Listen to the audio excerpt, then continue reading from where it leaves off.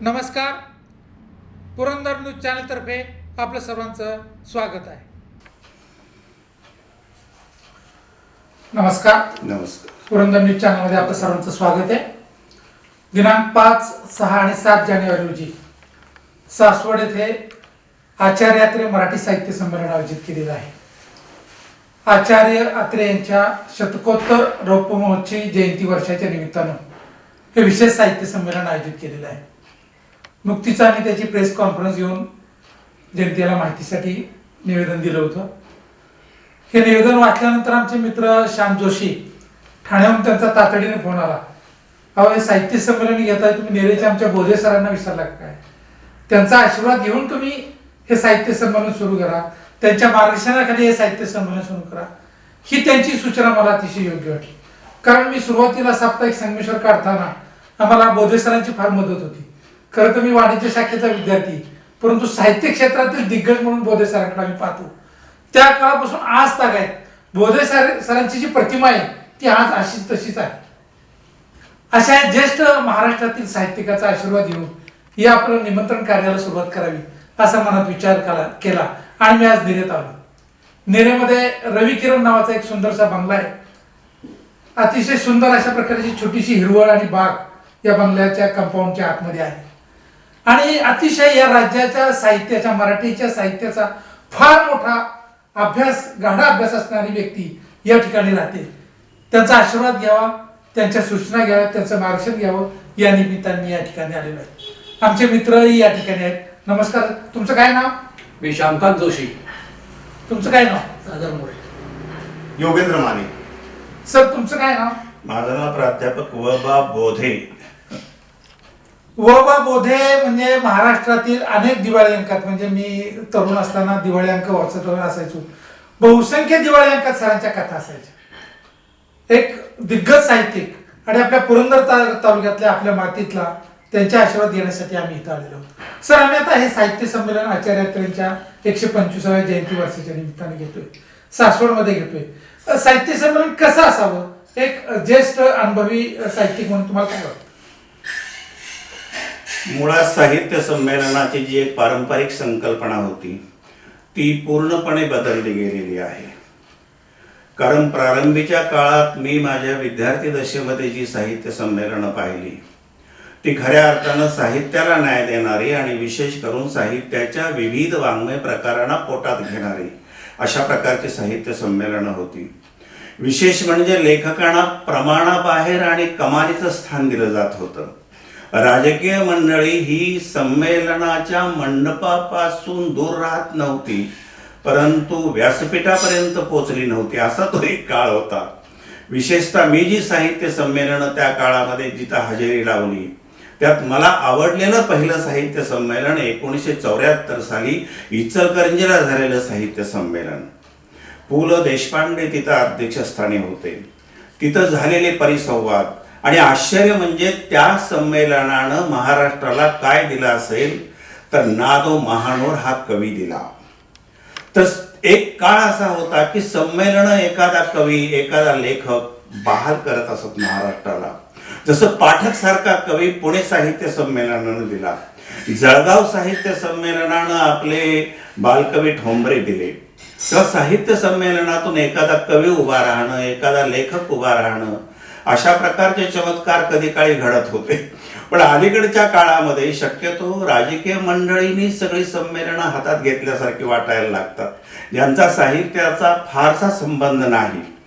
अशा प्रकारची माणसं आता कधी काळी यशवंतराव चव्हाणांच्या सारखे अभ्यासू स्वतः साहित्यिक असणारे लोक व्यासपीठावर न बसता प्रेक्षकात पहिल्या रांगेत सन्मानानं हजेरी लावत होती. ती अवस्था आज राहिलेली नाही. आज का कोणास ठाऊक, परंतु लोकांना साहित्यिकांपेक्षा राजकीय लोकांचं आकर्षण फार वाटतं आणि हा एक बदललेला प्रकार आहे हे मला सतत जाणवतं. खरं कोणतंही साहित्य संमेलन असो, लेखक हा तिथं केंद्रवर्ती असला पाहिजे आणि ही भूमिका प्रमाण मानूनच खरं साहित्य संमेलन भरवायला हवे. सध्या वाचक वर्ग कमी झालाय, ग्रंथांची संख्या कमी झालेली आहे, पुस्तक विक्रीचं प्रमाण घटलेलं आहे. हे डिजिटल युग येते. मग याचा काही नवीन पिढीवर परिणाम होण्याची शक्यता आहे का? नाही, वाचक घटलेत वगैरे असं काही म्हणता येत नाही. पुस्तकं खपतात, कोट्यावधी रुपयाची पुस्तकं दरवर्षी साहित्य संमेलनामध्ये खपतात. पण ज्याला आपण सुजाण वाचक म्हणू ना, तो फार कमी झालेला आहे. जाणता वाचक आता राहिलेलाच नाही. एक चूस म्हणून, गंमत म्हणून पुस्तकं विकत घेणारा एक मोठा श्रीमंत वर्ग वाढलेला आहे. त्यांची ती पुस्तकं मुलांच्या हातापर्यंत जातात का, मनापर्यंत पोचतात का, खऱ्या अर्थानं उत्तम पुस्तकं विकत घ्यावीत, ती वाचावीत असं विचार करणारी माणसं फार कमी. पुस्तकं विकत घेणारे खूप आहेत, पण वाचणारे नाहीत, अशी परिस्थिती आहे. आता एक आहे, दुसऱ्या बाजूला जर विचार केला तर पूर्वी ज्या पद्धतीनं प्रत्येक घरात ग्रंथालय असायचं, माझं स्वतःचं वरती ग्रंथालय आहे, अशी स्वतःची ग्रंथालय असणारी लेखक कवी मंडळी होती. आजच्या काळात ते दर्शन थोडं दुर्लभ होईल. गंगाधर पानतावण्यांच्या घरामध्ये 1,00,000 पुस्तकं होती अरे बाप. आणि आजही आहेत. म्हणजे बसायला तिथं जागा मला कुठे मिळेल असं विचारावं लागतं. सगळीकडे पुस्तकच विखुरलेली आहेत. मी जेव्हा प्राचार्य शिवाजीराव भोसलेंना पहिल्यांदा भेटायला गेलो 1977 साली, तेव्हा ते ग्रंथालयात त्यांच्या बसले होते, स्वतःच्या घरातल्या ग्रंथालयात. आणि मला ते म्हणाले, तुम्हाला जर बसायचं असेल तर खुर्ची ठेवता येईल एवढी जागा तुमची तुम्हाला तयार करावी लागेल. इतकी पुस्तकं बरोबर. आज अशा प्रकारचं चित्रच दिसत नाही. म्हणजे जाणत्या अभ्यासकाच्या, प्राध्यापकाच्या, लेखकाच्या, कवीच्या घरात त्याचं स्वतःचं ग्रंथालय आहे. अशी उदाहरणं असू शकतील, नाही असं नाही, पण ती फार कमी आहेत. पुस्तकं ज्या प्रमाणात खपायला पाहिजे त्या प्रमाणात खपत नाहीत. याचं कारण असं आहे की 12 कोटीचा महाराष्ट्र आणि आवृत्ती आपल्याकडं पूर्वी 1100ची काढत असत आणि 1100ची आवृत्ती खपायला 10 वर्ष लागत. आज अशी वाईट परिस्थिती आहे. आज फक्त 200 पुस्तकांच्या आवृत्ती काढतात. आता 50ही पुस्तकं काढता येतात नवीन बदललेल्या तंत्रज्ञानामुळे, आणि त्यामुळं 1100ची आवृत्ती हे आता स्वप्नच. आता कोणी 1100ची आवृत्ती काढते आणि लगेच खपली वगैरे असं जर म्हणत असेल तर त्यावर माझा विश्वास नाही. माझा तर असा अनुभव आहे, 1100ची आवृत्ती खपायला कमीत कमी 10 वर्ष लागतात. हे कटू सत्य आहे आजच्या काळातलं. लोक पुस्तकं विकत घेत नाहीत असं नाही. अनेक आपल्या मुलांना वगैरे साहित्य संमेलनात घेऊन येतात. मुलं जी पुस्तकं दाखवतील ती पालक घेऊन देतात. पण प्रश्न आहे, ती मुलं वाचतात का, ते पालक वाचतात का, हे फार महत्त्वाचं आहे. कारण अलीकडे काय झालंय की पुस्तकाचा मुलाला स्पर्श झाला किंवा मुलाचा पुस्तकाला झाला तर आम्हाला आश्चर्याचा स्पर्श होता, अशी परिस्थिती आहे. आणि माणसं वाचतच नाहीत का कोणास ठाऊक. पण पुस्तक वाचणं ही दैनंदिन गरज झाली पाहिजे, तसं काही दिसत नाही. तर पण मी आशावादी आहे. आज ना उद्या स्वाभाविक. पण एक काळ असा होता की ज्या काळात ही इतर कुठली माध्यमं नव्हती, मोबाईल नव्हता, TV वगैरे काही नव्हतं, त्यामुळे लोक वाचत होते असं म्हणतात. आणि ते खरंच आहे, कारण करमणुकीला दुसरं कुठलंही माध्यम नव्हतं. माझ्या बालपणी ज्या झपाटल्यासारखी मी वाचत होतो, पण दुर्दैवानं आम्हाला पुस्तकं उपलब्ध होत नव्हती. अशा वेळेला हायस्कूलचं ग्रंथालय आम्हाला महत्त्वाचं वाटायचं. मी 8वी मध्ये असताना, तुम्हाला खरं वाटणार नाही, अर्धा शेक्सपियर वाचून काढला होता. याचं कारण असं की S.N. फडतरे नावाचे मुख्याध्यापक होते आणि त्यांनी सगळी शेक्सपियरच्या नाटकांच्या मराठी आवृत्त्या ग्रंथालयात आणल्या होत्या. मी हॅमलेट हे 8वीत पहिल्यांदा वाचलं, त्याच्यानंतर किंग लिअर वाचलं, त्याच्यानंतर मर्चंट ऑफ व्हेनिस वाचलं, त्याच्यानंतर त्यांची बाकी इतर पुस्तकं वाचली.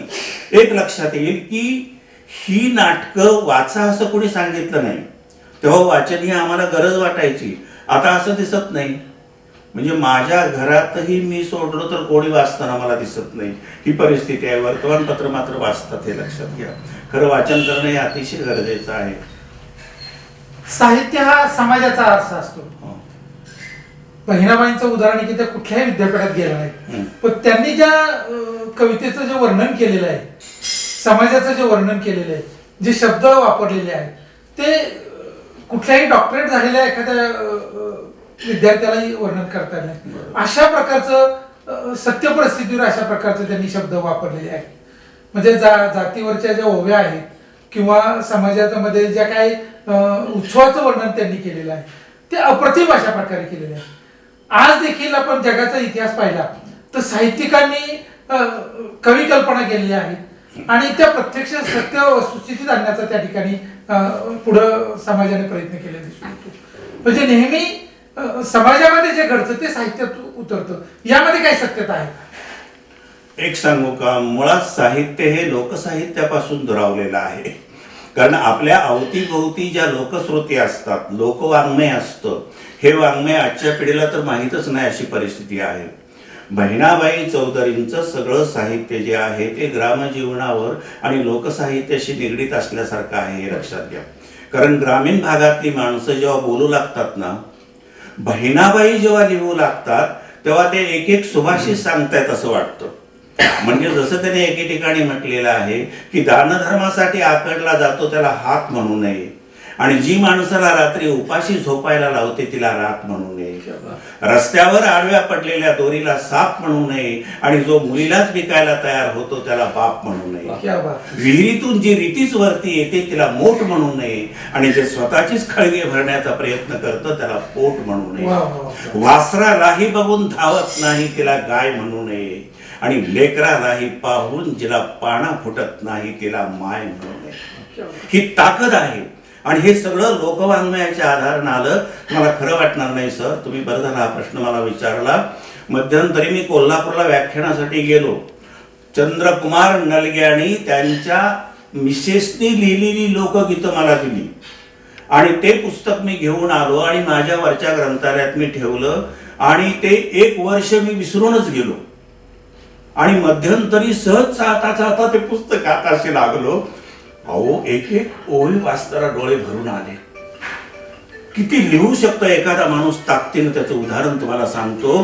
त्याच्यामध्ये मुलींच्या संदर्भात लिहिलंय, दारी घातलं वाळवण, दारी घातलं वाळवण, चिमण्या बायाने किती खावं, दारी घातलं वाळवण, चिमण्या बायाने किती खावं, आई बापाचं हे राज, लेकी बाळीने किती न्यावं.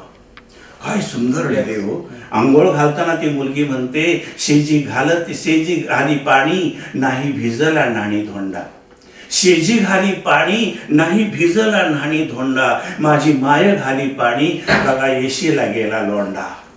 हे जे प्रेम आहे हे लोकसाहित्यातनं व्यक्त होतं. आणि अलीकडच्या ग्रामीण साहित्याचा लोकसाहित्याशी संपर्क पूर्णपणे तुटलेला आहे. ग्रामीण भागात माझ्या तर हजारो म्हणी पाठ आहेत. खेड्यापाड्यातले हजारो नव्हे लाखाच्या पटीत मी तुम्हाला वाक्प्रचार सांगेन. याचं कारण असं की आम्ही ग्रामीण भागात वाढलो, ते कानावरती पडत गेलं आणि तेच अंतःकरणात कायम राहिलं. आणि विशेष म्हणजे ते सगळं माझ्या लक्षात राहिलं. आज 75 ती माझी स्मरणशक्ती चांगली आहे, हे लक्षात घ्या. त्याचा एक मला अतिशय अभिमान वाटतो की मला ते सगळं आठवतं. तर अलीकडच्या साहित्याचा लोकजीवनाशी आणि लोकसाहित्याशी संपर्क तुटलेला आहे. बहिणाबाई चौधरी काय, किंवा आता मी ज्यांच्या ओव्या सांगितल्या त्या सोना नलगे काय, तर ग्रामीण साहित्याचा तर संबंध पाहिजे, पण इतर लोकांनी ग्रामीण या लोकवाङ्मयाकडे असतेनं बघायला हवं. बोधे सरांचा हा बंगला म्हणजे साहित्य कट्टाच म्हटलं पाहिजे. अनेक दिग्गज या राज्यातील देशातील साहित्यिक या निवासस्थानी येऊन गेले. नेमकं कोणकोणत्या साहित्यिकांचा सहवास तुम्हाला लागला? इथं खूप मोठमोठे लेखक, कलावंत वगैरे येऊन गेलेले आहेत. विशेष म्हणजे आमच्या ग्रामीण साहित्यातले व्यंकटेश माडगुळकर, द.मा. मिराजदार हे कथा साहित्यात ते कधी काळी राजेच होते, लक्षात घ्या. कारण अख्खा महाराष्ट्र या लोकांनी खरं म्हणजे कथाकथनानं असा दुमदुमून टाकलेला होता. ही ताकदीची माणसं आमच्या इथे येऊन गेली. प्राचार्य शिवाजीराव भोसले दरवर्षी आमच्या इथे येत आणि फार छान बोलतो. अहो, आम्ही हे घर बांधलं ना, भोसले सर आमच्या गेटजवळ उभा राहिले, घराकडे बघत म्हणाले, पै गोळा करायची, कर्ज काढायचं, घर बांधायचं, आणि बांधलेल्या घरात मोडलेल्या मनानं राहायला जायचं. हीच सगळ्या शिक्षकांची अवस्था असते. म्हणजे माणसं किती सहज बोलतात, आणि साहित्य जसं लिहितो ना तशा पद्धतीनं सर बोलत असत. फार अप्रतिम. विशेष म्हणजे कलावंतापैकी प्रभाकर पणशीकर, डॉक्टर श्रीराम लागू, गणपत पाटील, सूर्यकांत, जगदीश खेबोडकर असे कितीतरी मोठमोठे कलाकार येऊन गेले. त्या तिथं समोर मला आता दिसत आहे चंद्रकांत गोखले बसले होते. आणि चंद्रकांत गोखले जेवत असताना म्हणाले, जरा मला मुठभर हिरव्या मिरच्या देता का? कारण जेवताना मला मिरचीला अवश्य लागते. लोकांना मिरची लागते, मला खायला आवडते म्हणाले. आणि आमच्या मिसेस तिथे बसल्या होत्या आणि आमच्या सगळ्यांची जेवणं झाली. प्रभाकर पणशीकर जेवले, बापू आटवे जेवले, मी जेवलो. आम्ही तिघे जेवण इथं पान खात बसलो आणि तिथं ते दोघंच गप्पा मारत बसले होते. आणि मी पाहिलं तर आश्चर्य म्हणजे साधं पाणी ते प्यायले नाही. ते म्हणाले फ्रीज मधलं थंड पाणी मला द्या. रंगभूमीवर वावरणारी ही माणसं, आपण थंड पाणी पिलो की आपला घसा बसतो, पण ते म्हणाले मला नाही काही होत आणि मिरची खाल्ली तरी मला काही होत नाही. म्हणजे मला लता मंगेशकर हिरव्या मिरच्या खातात हे माहीत होतं, पण चंद्रकांत गोखले खातात हे मला माहीत नव्हते. हे त्यावेळेला माहीत झालं. आणि मोठी कलावंत माणसं आली आणि प्रत्येकाचं काही आगळं वेगळं जगणं असतं बघा. कारण माणूस कधी एकटा येत नाही, तो त्याच्या सवयी घेऊन येतो आणि प्रचंड अनुभवलेलं भांडार ते धन बरोबर घेऊन येत असतो. या माणसांचे अनुभव ऐकणं हा सुद्धा एक आनंदाचा भाग असतो. आमच्या झंकारच्या निमित्ताने या ठिकाणी अनेक लोक येऊन गेले. नव्या पिढीचे लेखक आले. नारायण सुमंत आला, आप्पासाहेब खोत आले, प्रदीप पाटील, कवी प्रदीप पाटील येऊन गेले. कितीतरी माणसं खूप आणि अतिशय चांगली. आणि व्याख्यानमालेच्या निमित्तानं त्या लोकांचे पाय इथं लागले. आमच्या लॉनवर सुद्धा यातली बरीच मंडळी विसावलेली आहेत. पु ल देशपांडे आणि आचार्य यात्रे यांच्याबद्दल तुम्हाला काय सांगता येईल? पु ल देशपांड्यांचा काही तुमचा संपर्क आला? पुलना मी कधी समक्ष भेटलो नाही. पुलना एकदा मी माझा आत्मचरित्र भेट द्यायला गेलो, परंतु त्यांच्या सौभाग्यवती सुनीताबाई त्याने आम्हाला दारातनच कटवलं, कारण त्या पुलंच्या पर्यंत पोचू देत नसत आणि स्वाभाविक होतं. पण पुलंची खूप व्याख्यान ऐकली. फार सुंदर अप्रतिम पुलं बोलत हे लक्षात घ्या. म्हणजे माडगुळकरांच्या विषयी, गदी माडगुळकरांच्या विषयी कराडला बोलताना म्हणाले, माडगुळकर लिहितात छान पण गाता येत नाही. याला म्हणतात हलवायाला मधुमेह होणं, असं ते म्हणाले. ते उत्स्फूर्तपणे फार सुंदर. म्हणजे त्यांच्या इतका ताकदीचा वक्ता माझ्या तरी पाहण्यात नाही. फार अतिशय सुंदर बोलतात. अहो तुम्हाला खरं वाटणार नाही, मराठवाड्यामध्ये नाट्य संमेलन भरलं होतं लातूर, नांदेड ह्या परिसरामध्ये, आणि त्या परिसरातले सगळे नाट्यकलावंत जमलेले होते. आचार्य आत्रे अध्यक्ष होते आणि पु ल देशपांडे प्रमुख पाहुणे होते. आत्रे म्हणाले मी आधी बोलणार म्हणून आत्रे बोलले आणि आत्रे बोलताना म्हणाले, अरे काय तुमच्या लातूरकडचा हा सगळा धुरळा, म्हणले या धुळीनं मी वैतागून गेलो. खरं म्हणजे या धुळीवर काही स्वतंत्र लिहावं लागेल अशी परिस्थिती आहे. तेव्हा पु ल म्हणाले, अहो म्हणाले आत्रे साहेब आपणाला माहिती नसेल पण कधी काळी संतांची पावलं सुद्धा याच धुळीमध्ये मराठवाड्यात फिरली होती.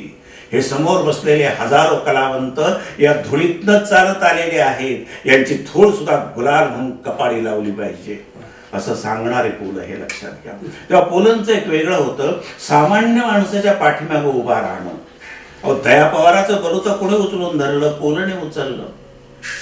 उपेक्षित लेखकाची अवहेलना थांबवणं आणि त्याचं पुस्तक जर चांगलं असेल तर त्याला डोक्यावर घेणं, चांगल्याला चांगलं म्हणणं, हा एक त्यांचा फार महत्वाचा स्वभाव होता. आचार्य यात्रे हे अतिशय परखड होते हे लक्षात घ्या. पण दुसऱ्या बाजूला लेखक म्हणूनही ते मोठे होते. आपणाला माहित नसेल, भारत स्वतंत्र झाला लोक म्हणतात 15 ऑगस्ट 1947 साली. पण भारत स्वतंत्र होण्याआधी माझा सातारा जिल्हा पहिल्यांदा स्वतंत्र झाला होता. 2 महिने आधी सातारा स्वतंत्र झाला अशी घोषणा नाना पाटलांनी केली होती. क्रांतिसिंह नाना पाटील. आणि नाना पाटलांचं अभिनंदन करण्यासाठी मुंबईचा सगळा गोताळा घेऊन आत्रे इथं आले होते. त्यावेळेला आचार्य आत्र्यांनी लोकांचं कौतुक केलं. आत्र्यांनी जेव्हा काही पत्रकांवर सह्या मागितल्या तेव्हा सातारा जिल्ह्यातल्या बायकांनी स्वतःच्या रक्तानं सह्या करून दिल्या त्या काळामध्ये, हे लक्षात घ्या. आणि नाना पाटलांचा गौरव, हे क्रांतिसिंह वगैरे हे शब्द त्यांचे आहेत. सिंह हाही शब्द पहिल्यांदा वापरला ग दि माडगुळकरांनी. त्यांचा एक लेखच आहे, मी सिंह पाहिला होता, ग दि माडगुळकरांचा. हा फार अप्रतिम लेख आहे, नाना पाटलांच्यावर आहे. तेव्हा नाना पाटलांना भेटण्यासाठी, त्यांचं कौतुक करण्यासाठी स्वतः आचार्य आत्रे आले होते. आत्र्यांचं एक वेगळं पण होतं की समाजाशी घट्ट संबंध आत्र्यांचे होते. लेखकांवर जीवापाड प्रेम करत, थोडा परखडपणा त्यांच्यात होता, हे मात्र मान्य करावं लागेल. असे दोघे फार ताकदीची मोठी माणसं. आपण सामान्य माणसाने त्यांच्यावर काय बोलायचं. जगाच्या इतिहासात साहित्यिकांनी विषय क्रांती निर्माण केली, समाज जागृत करायचं काम केलं असं जगाच्या इतिहासात सांगतो. भारतातही स्वातंत्र्य चळवळीत असेल, युद्धाच्या प्रसंगी असेल, साहित्यिक हे देशभावनेने, राष्ट्रप्रेरणेने समाज जागृत करायचं काम करतो. यामध्ये नेमकं तुम्हाला काय वाटतं?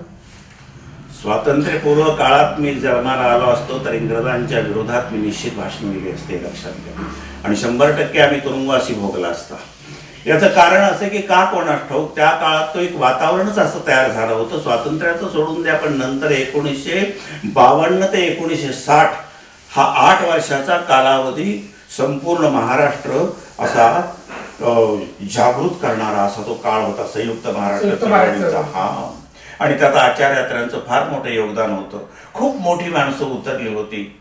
अगदी एका शब्दावर सुद्धा मुंबई बंद करणारे आमचे श्रीपाद अमृत डांगे होते. कितीतरी माणसं एकापेक्षा एक अतिशय तयारीची. आणि तो काळ होता ना, तो साहित्याला अनुरूप होता, कलेला अनुरूप होता आणि विशेषतः ऐतिहासिक नाटकांना अतिशय अनुरूप असा तो काळ होता. आणि त्या काळामध्ये गावोगाव कलापथकं बसवली गेली. आज काय झालेलं आहे, सांस्कृतिक कार्यक्रमाचं आकर्षण, एक चित्रपट ग्राहक जाऊन चित्रपट बघणं हा एक प्रकार थोडा ओढलेला आहे, पण नाटकं किती माणसं बघतात.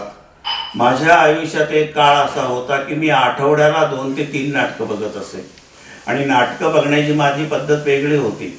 सकाळी 9ला गेल्यानंतर 3 नाटकांचं तिकीट मी काढत असे. म्हणजे 12 ते 3चा प्रयोग बघायचा, दुपारी 5 ते 8चा प्रयोग बघायचा आणि रात्री 9:30चा प्रयोग करून 1:30 वाजता दैवडी मुंबईला मी घरी यायचो. पहाटे 3:30ला मी यायचो घरी आणि मग थोडी झोप घ्यायची आणि सकाळी कॉलेजला जायचो. अशी झपाटल्यासारखी नाटकं आम्ही पाहिली. पण आज अशी त्या नाटकांची नावं जरी ऐकली तरी ती बघण्याची इच्छा होत नाही, अशी परिस्थिती आहे. पण तो काळ वेगळा होता, फार झपाटलं, फार अप्रतिम नाटकं. म्हणजे डॉक्टर काशीनाथ घाणेकर असतील, प्रभाकर पणशीकर असतील आणि विशेषतः मधुकर तोरणमल. अहो, रंगभूमीवर पदार्पण केल्यानंतर कधी काळी सूर्यकांतना टाळी पडत असे, तशी टाळी मधुकर तोरणमलांची एंट्री झाली.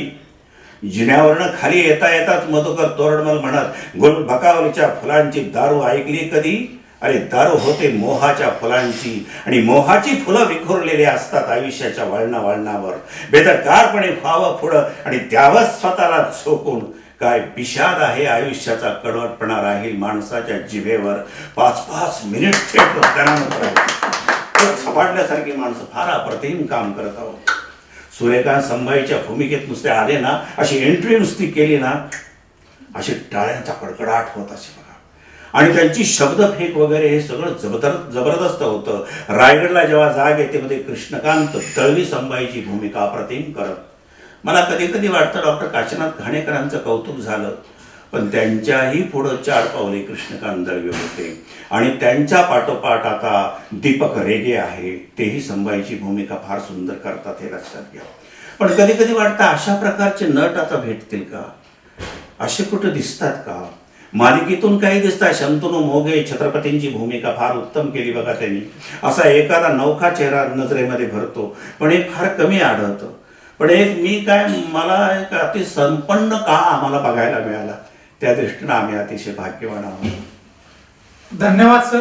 एक झपाटलेला साहित्यिक आज आम्हाला या ठिकाणी आणि ज्यांच्या पुढे नतमस्तक व्हावं अशा प्रकारची आज माणसं राहिलेली आहेत. आज 75व्या वर्षी देखील जो उत्साह, एक क्षणामध्ये त्यांनी आमच्या डोळ्यासमोर एक चित्र उभं केलं. एक साहित्य विश्व कशा प्रकारचं आहे अशा प्रकारचं एक चित्र आमच्या डोळ्यासमोर उभं केलं. अशा प्रकारच्या बोधे सरांच्या समोर नतमस्तक होण्याशिवाय दुसरा पर्यायच नाही. लायब्ररी आमची घेते. पुरंदरचं हे भूषण आम्हाला निश्चितच प्रेरणादायक ठरणार आहे.